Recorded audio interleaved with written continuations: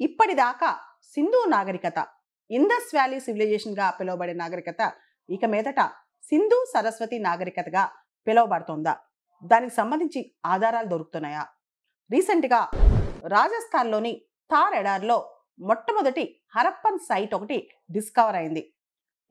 దీని పీరియడ్ దాదాపు 4500 years old అంట. అంటే 2500 సంవత్సరాల బీసీ కాలంలో ఈ సైట్ ఇక్కడ వర్ధిల్లేదంట. దీని పేరే రాతడియా రీ దేరి.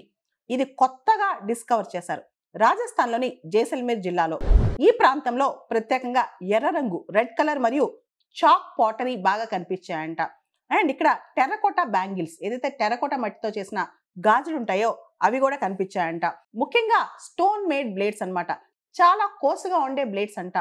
చెర్ట్ స్టోన్ తో చేసిన బ్లేడ్స్ అన్నమాట. దాంతో పాటు చేత్తో చేసిన పాటరీ అన్నమాట. Hand made pottery. దాని మీద జామెట్రికల్ ప్యాటర్న్స్ ఉన్నాయంట.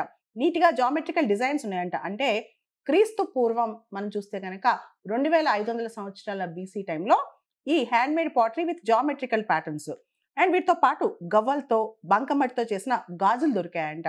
అండ్ అక్కడ బ్రిక్స్ కూడా రెక్టాంగిల్ షేప్ లో ఉన్నాయంట. జనరల్ గా ఇండస్ వ్యాలీ సివిలైజేషన్ లో రెక్టాంగిల్ షేప్డ్ బ్రిక్స్ కనిపిస్తాయి అన్నమాట. వాటితో పాటు సిటీ స్పాన్ కూడా 50 by 50 మీటర్ ఏరియాలో ప్రాపర్ ప్లాన్డ్ సిటీలా కనిపించిందంట.